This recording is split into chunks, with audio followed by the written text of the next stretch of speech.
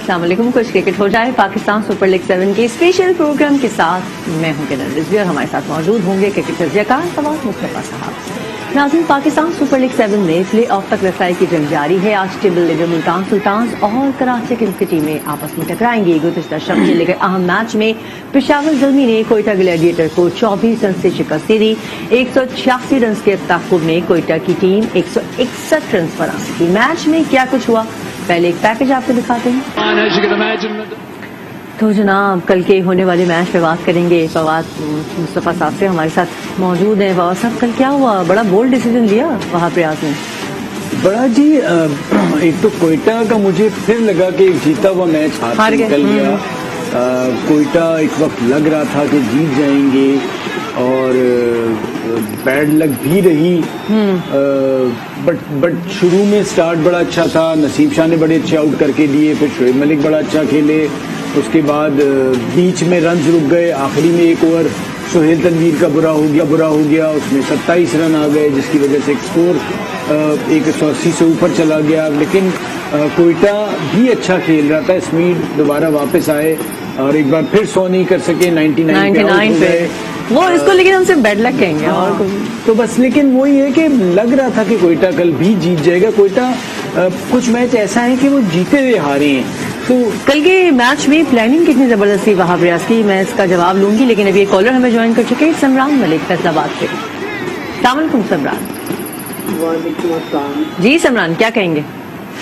मेरा वही पहले वाला ही सवाल है, आपको समझ नहीं आया था। मेरा सवाल ये था कि अगर ऑस्ट्रेलिया, न्यूजीलैंड और इंग्लैंड पाकिस्तान में खेलने के लिए आते हैं नेशनल टीम के साथ, तो उसके बाद पाकिस्तान का और आईसीसी का रिलेशन किस जगह होगा? अब तो वो इंडिया के साथ बहुत अच्छी तरीके से आईसीसी का इंडिया के साथ बहुत अच्छा रिलेशन है, यही सवाल था आपका। और ये सवाल मैंने फवाद साहब से।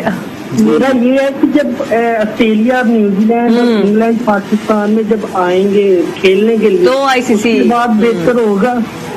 तो उसके बाद बेहतर लग रहा है आपको आईसीसी और पाकिस्तान के रिलेशन? देखिए, आईसीसी और पाकिस्तान के कोई रिलेशनशिप खराब है, ऐसी खराबी नजर नहीं आ रही। इंडिया हमारे साथ नहीं खेलना चाहता, उसमें आईसीसी क्या कर सकता है? और आईसीसी कर भी सकता है, तो उसमें इंडिया का थोड़ा सा एडवांटेज ये कि जो मैंने आपसे कहा था कि माशी तौर पे थोड़ा सा एक तगड़ा बोर्ड है, फाइनेंशियली स्ट्रांग है। सो उनकी एक्चुअली फवाद साहब, मुझे लगता है उनका सवाल यही है कि आईसीसी जो है वो इतना ओवरशैडो में क्यों है इंडिया के? देखिए, वो इसलिए है ना कि वो ज्यादातर पैसे कमा के देता है। ज्यादातर जो भी रेवेन्यू वहीं से जनरेट करते हैं। उनकी जो कंपनीज हैं वो बहुत बड़ी मार्केट है, सो उसकी वजह से खामोश हो जाते हैं। लेकिन आप देखें ना, अब ऑस्ट्रेलिया आ ही रहा है, बाकी टीमें भी आने को हैं इसके बाद, तो अब वो रोक नहीं सकते आप। अब मसला सारा है कि जो एक जमाने में रोका जा रहा था, कम से कम वो तो बंद हो गया। तो पाकिस्तान में अब ये जरूर है कि जो बड़े मुल्कों की टीमें नहीं आ रही थी, अब वो आना शुरू हो रही है। तो ये अल्लाह करे ऑस्ट्रेलिया आए और कामयाबी से ये टूर पूरा हो, ये हमारी आपकी सबकी दुआ है। ठीक है समरान, आपको जवाब मिल गया। और साहब, जैसे कि मैं आपसे पूछ रही थी कि कल बड़ा बोल्ड डिसीजन लिया वहाब रियाज ने और मतलब बैटिंग की और साबित भी किया, तो ये बहुत जरूरी होता है ना, क्योंकि पिच को रीड करना बहुत जरूरी होता है कोई भी डिसीजन लेने से पहले। देखिए, बैटिंग इसलिए बेहतर होता है कि आप ये भी देखते हैं कि आपकी स्ट्रेंथ किस में है। सो आपकी स्ट्रेंथ बैटिंग में है और उन्होंने इतना टोटल कर दिया था कि जो बन भी सकता था, लेकिन आखिर में हुआ ये कि वो उनकी बॉलिंग बेहतर। लेकिन ये स्मार्ट डिसीजन है ना, मुझे लगता है ये लैकिंग थी कराची किंग्स की तरफ से। कराची किंग्स पे एक अलग ही लैकिंग का भरमार चल रहे हो, तो दोनों तरफ पहले भी खेल लें बाद में भी खेल लें, तो कुछ भी वही की किस्म का नतीजा आ रहा है। बदकिस्मती हमारी है। और कल जैसे हम बात करें इसमें कि 99 पे आउट हो गए, लेकिन ऐसा लगा ना कि उनका साथ किसी ने दिया नहीं इस पूरी टीम में। अगर 40-45 रन और बन जाते तो शायद नतीजा कुछ और होता। कि बाकी टीम जो थी वो 85-86 रन नहीं बना सकी। एक प्लेयर ने 9 प्लेयर वो ना बना सके, और स्मिथ की ये दूसरी है।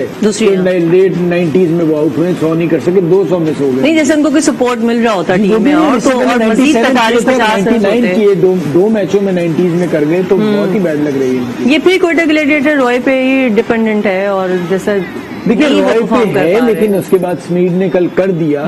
बट बदकिस्मती ये कि जो मिडिल ऑर्डर को परफॉर्म करना था, इफ्तिखार भी नहीं कर पाया। सरफराज ने स्टार्ट अच्छा लिया था, बट वो आउट हो गए। उसके बाद जो बाकी नीचे थे वो किसी ने भी उसे सपोर्ट नहीं किया। और सपोर्ट करते तो ये भी पॉसिबिलिटी थी कि 6 बॉल पहले ही मैच खत्म हो जाता।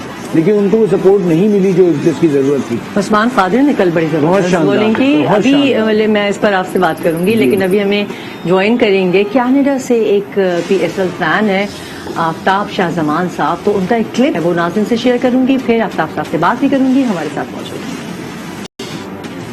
आफ्ताब शाहजमान साहब, हमारे साथ मौजूद हैं। अस्सलाम वालेकुम आफ्ताब साहब। वालेकुम अस्सलाम, किरण क्या हाल है आपके? मैं बिल्कुल ठीक हूँ, आप कैसे हैं? अल्लाह का शुक्र, ठीक ठाक। मैंने आपका क्लिप देखा, आप तो बिल्कुल तैयार बैट्समैन है, जबरदस्त भाई। बहुत शुक्रिया। आप बैटिंग करते हैं या बॉलिंग भी करते हैं? ऑलराउंडर कैप्टन है आप गालिबन? मैं ऑलराउंडर हूँ, लेफ्ट आर्म स्पिन करता हूँ और राइट हैंडेड बैट्समैन। और यहाँ पे हम एक क्लब ऑपरेट करते हैं, पैंथर्स क्रिकेट क्लब के नाम से, जिसका मैं प्रेसिडेंट हूँ। माशाल्लाह। और टीम के कैप्टन भी हैं आपका?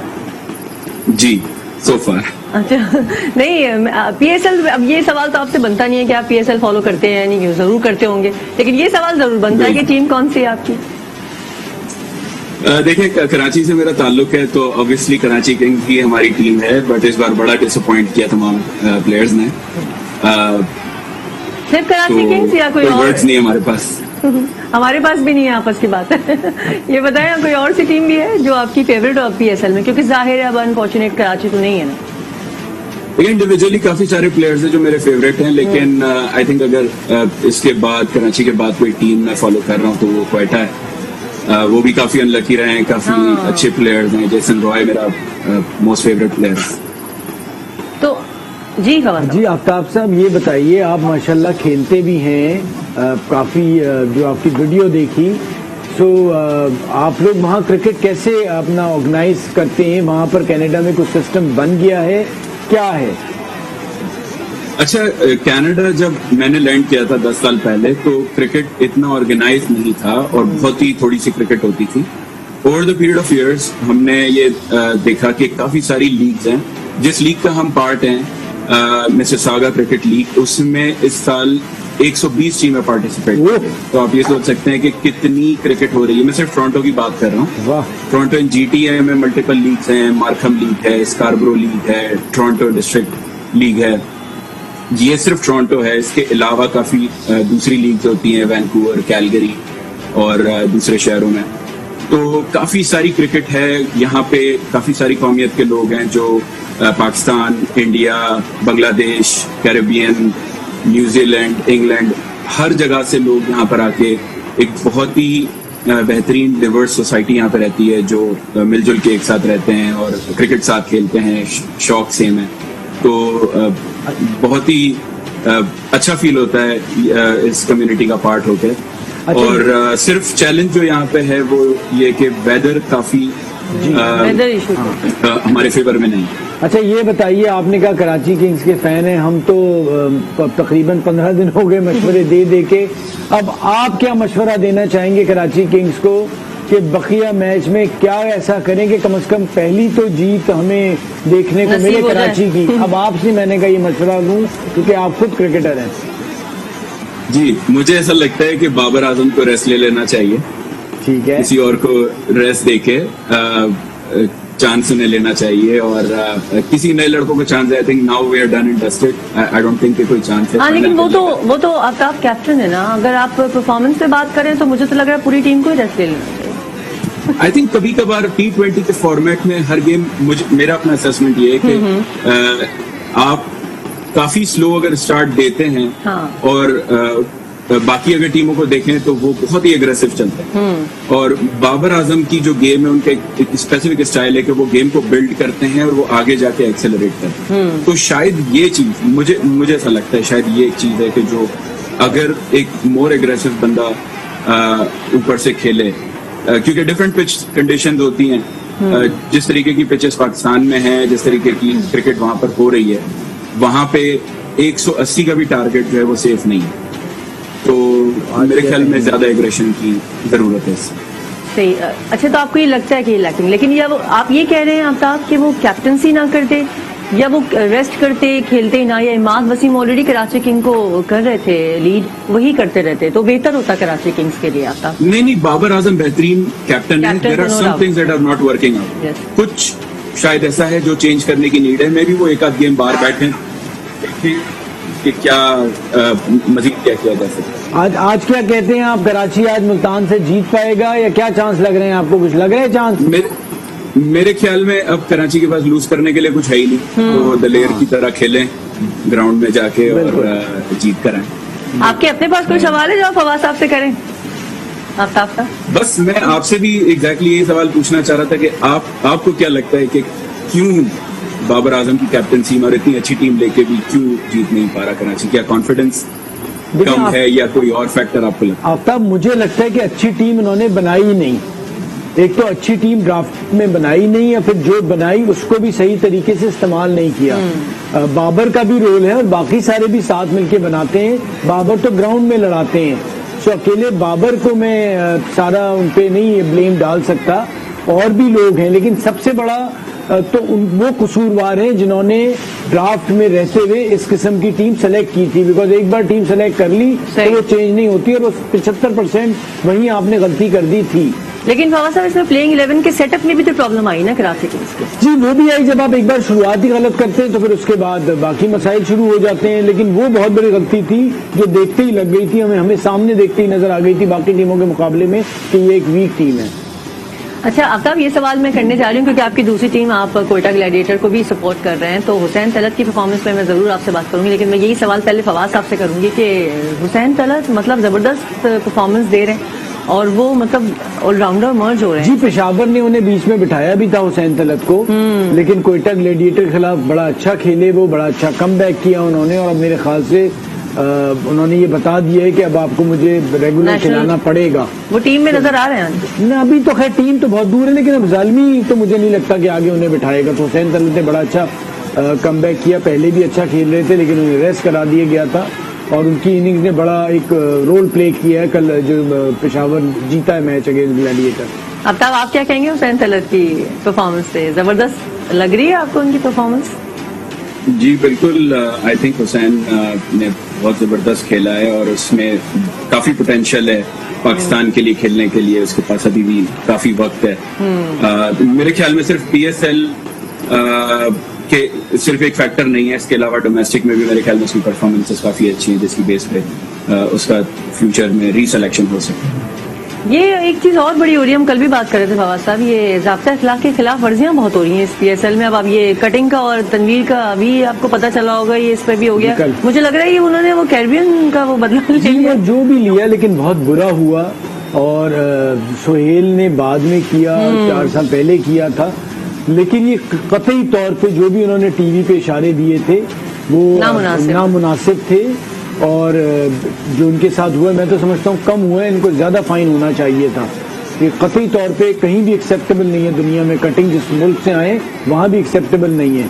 तो ये बहुत ही एक गलत हरकत थी जो उम्मीद यही नहीं होनी चाहिए। और सोहेल ने तो खुद वीडियो पे एक मैसेज था जिसमें माफी भी मांगी कि मुझे नहीं करना चाहिए था, ये गलती हो गई। तो कम से कम चले एहसास तो हो गया। सही, देर आए दुरुस्त आए। अब तक ये बताएं कि आप ज़ाहिर मुल्क से दूर हैं और क्रिकेट खेलते भी हैं, तो PSL को कितना मिस करते हैं? क्योंकि ठीक है हम देख लेते हैं टीवी पे, वो उसका लुत्फ उस तरह से आता नहीं है जो हम स्टेडियम में जाके देखें। तो वैसे तो ज़्यादा मुल्क को यकीनन आप मिस करते होंगे, लेकिन जब कोई इस तरह के इवेंट आते हैं तो कितना मिस करते हैं आप? नहीं, बहुत ज्यादा मिस करते हैं। पाकिस्तान का ये अपना इवेंट है, तो लेकिन अल्टरनेटिवली हमारे पास यहाँ पे कनाडा में G20 एक इवेंट होता है हर साल, जो कोविड की वजह से लास्ट 2 सालों से नहीं हो रहा, जिसमें काफी सारे पाकिस्तानी प्लेयर्स आते हैं। तो ये हमें एक अच्छी अपॉर्चुनिटी है क्रिकेट को फॉलो करने की। लेकिन ऑब्वियसली जो पाकिस्तान का जो माहौल है, जो स्टेडियम में जो एटमॉस्फेयर वहां पर मिलता है, वो दुनिया में कहीं नहीं मिल सकता। अच्छा, जैसे आप एक मिनट रुके, मेरे साथ कोई कॉलर आ चुके हैं, पहले उनको मुझसे पहले नाराज ना हो जाए। नजीर हमारे साथ हैं झेलम से, उनसे बात करते हैं। अस्सलाम वालेकुम नजीर।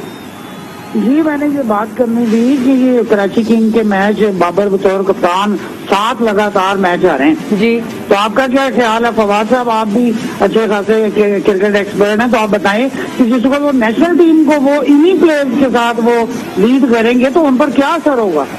ठीक है नजीर साहब, आप अपना जवाब देख लें ऑन एयर। अभी आपको फवाद साहब जवाब दे रहे हैं। वैसे उन्होंने आपको एक बड़ा कॉम्प्लीमेंट दिया, अच्छे खासे तजियाकार। एक्सपर्ट तो बहुत बड़ी चीज है, बस तजियाकार हूँ।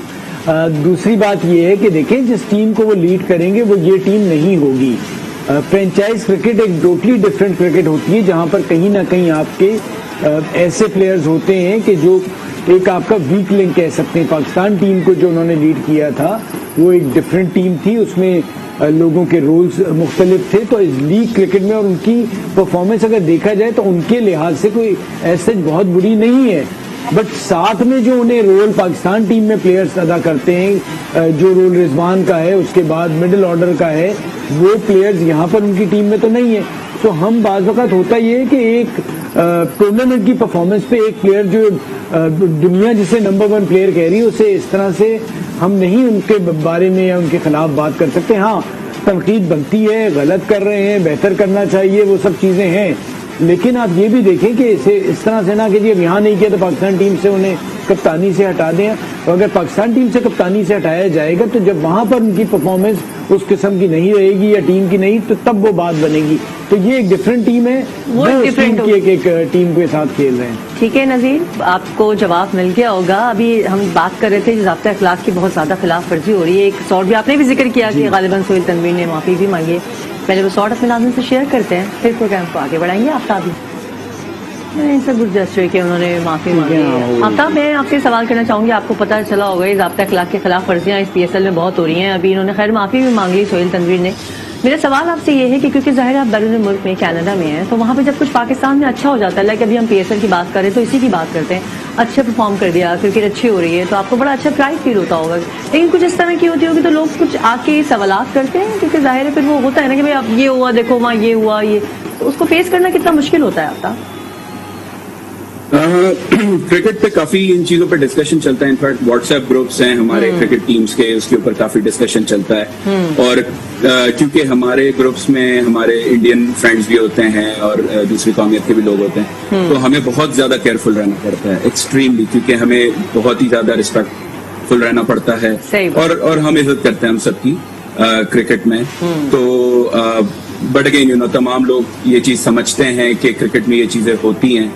और अगेन अगर IPL की बात करें, वहां भी ये होता है, हीट ऑफ द मोमेंट कहते हैं। और हीट ऑफ द मोमेंट में इस तरह की चीजें हो जाती हैं। अगर इंसान अपनी गलती तस्लीम करके इसे अपॉलॉजी कर ले, ये बहुत अच्छी बात है। आफ्ताब, कॉलर हमारे साथ, सॉरी आफ्ताब मैं आपको यहाँ पे रुकूंगी, कॉलर हमारे साथ सलीमुल्लाह कराची से। सलीमुल्लाह, आपका नाम सुन के ना मुझे कलीमुल्लाह याद आ गए। अस्सलाम वालेकुम। जी सलीम, कौन है आपकी टीम PSL में? जी देख रहा हूँ। जी सलीम, आप मेरे साथ बराह रास्त हैं इस वक्त। कौन सी है आपकी टीम? मेरी टीम क्वेटा। कोयटा ग्लैडिएटर है, ओके। तो कोयटा की कल इतनी अच्छी परफॉर्मेंस नहीं रही है सलीम? अच्छी नहीं रही, लेकिन ओपनिंग दौर से खराब हुई थी। तो अभी आपको उम्मीद है कि आगे कुछ अच्छा परफॉर्म करने वाली है? जी क्यों नहीं करेंगे, जी करेंगे। ठीक है सलीम, बहुत शुक्रिया आपने कॉल की। तो कोयटा से लोगों को भी उम्मीदें हैं कि वो अच्छा परफॉर्म करेगी और कोयटा अच्छा परफॉर्म कर भी रही है। बहरहाल कुछ क्रिकेट हो जाए में अभी वक्त हुआ है ब्रेक का। आफ्ताब, आपको मैं शुक्रिया अदा करना चाहूंगी, बहुत अच्छा लगा आपसे, आपका बहुत बहुत शुक्रिया। लेकिन जब ब्रेक से वापस आएंगे तो फवाद साहब मेरे साथ मौजूद है, उससे प्रोग्राम को आगे बढ़ाएंगे। Take a break.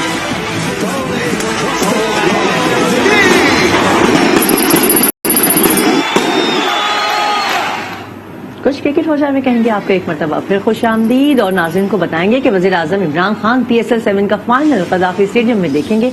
Cricket board हुक्काम ने मेहमान खुसूसी की आमद की तैयारियां भी शुरू कर दी है। पाकिस्तान क्रिकेट बोर्ड के चेयरमैन रमीज राजा ने वज़ीर आज़म को फाइनल देखने की दावत दी थी। PCB ज़राए का कहना है कि वज़ीर आज़म हाउस से राब्ते में है और वहां से मुस्बत इशारे मिलने के बाद वज़ीर आज़म के इस्तकबाल की तैयारी शुरू कर दी है। वज़ीर आज़म इमरान खान क्रिकेट बोर्ड के प्रेसिडेंट इन चीफ भी हैं। PSL का फाइनल 27 फरवरी को खेला जाएगा। वज़ीर आज़म फातेह टीम को ट्रॉफी भी पेश करेंगे। तो फवाद साहब, ये तो बड़ा दिलचस्प है कि वज़ीर आज़म वहाँ पर होंगे, और क्योंकि जाहिर है वो खुद क्रिकेटर हैं, तो ये तो क्रिकेटर्स के लिए बड़ा एक अच्छा बिल्कुल जी मोमेंटम में आने के लिए। क्रिकेट का ताल्लुक है, इमरान खान एक इतना बड़ा नाम है कि जो भी टीम जीतेगी और इमरान खान से ट्रॉफी लेंगे तो उनके लिए बड़ा एजाज और यादगार लम्हा होगा, उसमें तो कोई दो राय है नहीं। तो अब ये बड़ी अच्छी बात है कि वो उन्होंने कह दिया है कि वो फाइनल में आएंगे। तो देखते हैं क्या होने जा क्या रहा होने है? जा रहा है? फाइनल होने किसका जा रहा है? अब आपको कुछ लग रहा है कोई को क्या देखिए माहौल बन अभी रहा है? अभी तक तो लाहौर मुल्तान मुझे है ना? सबसे फेवरेट लग रहे हैं, क्योंकि अब टीम्स के साथ जो ये इंजरीज वाला मसला आ गया हाँ, है, ये- कोयटा के साथ आया, उसके बाद इस्लामाबाद के साथ जो एक के शादाब, बाद एक जीशान। जीशान शादाब, उसके बाद एलेक्स हेल्स चले गए, सो एक दो ही टीमें रह गई हैं जिनके पूरे प्लेयर्स अभी तक मौजूद हैं।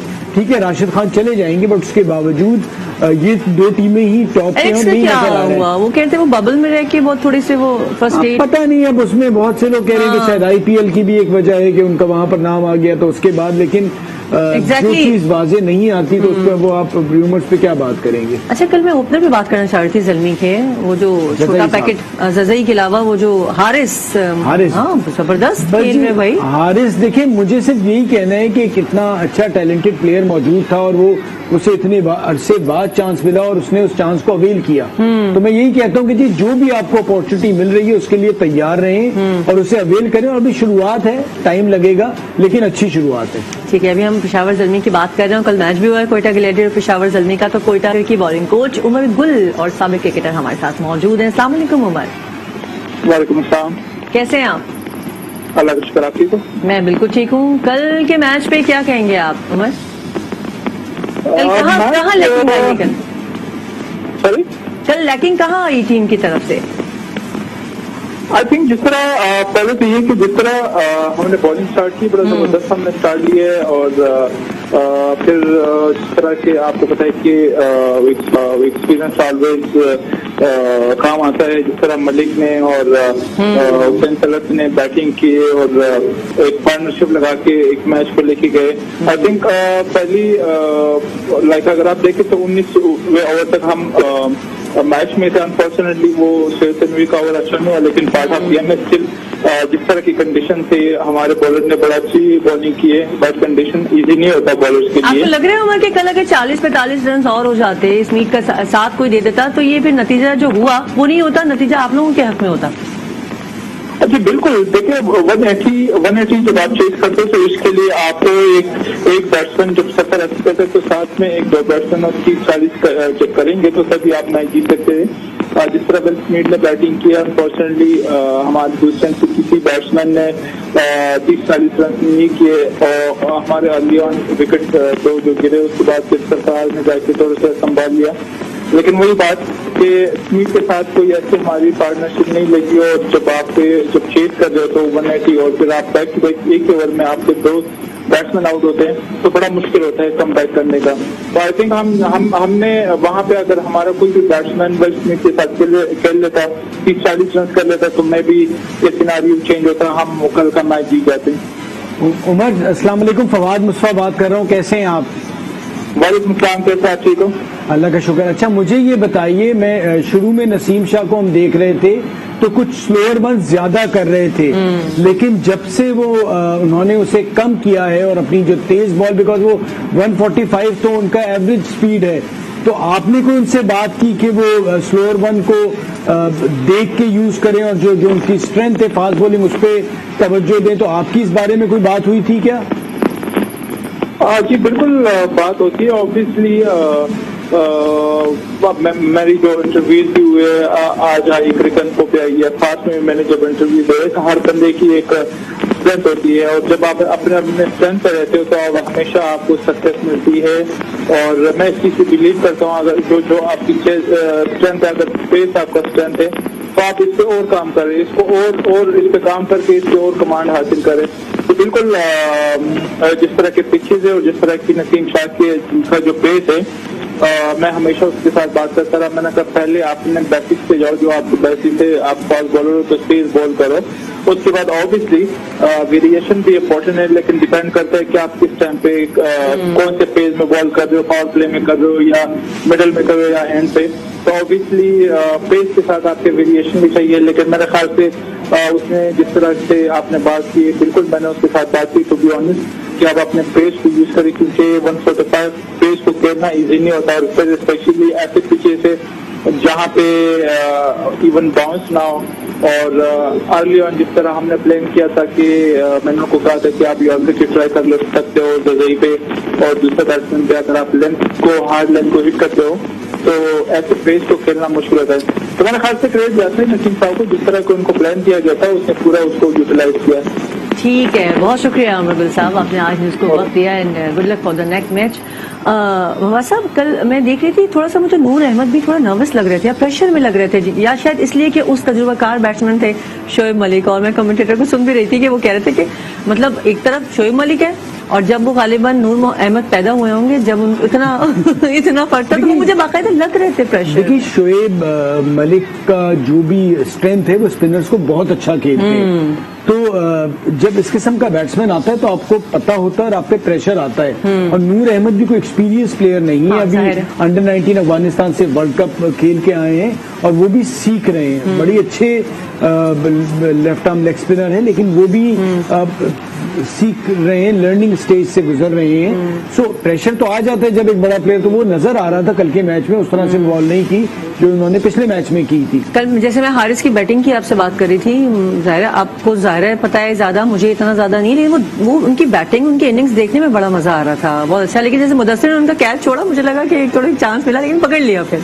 देखिए वो फेयरलेस क्रिकेट खेल रहे हैं, बगैर खौफ के खेल रहे हैं। जब आप खौफ के बगैर खेलते हैं तो जो आपका जितनी स्ट्रेंथ है उसके मुताबिक। मुझे बस जल्दी से बता दें आज कौन जीता है, मुल्तान सुल्तान और कराची किंग्स?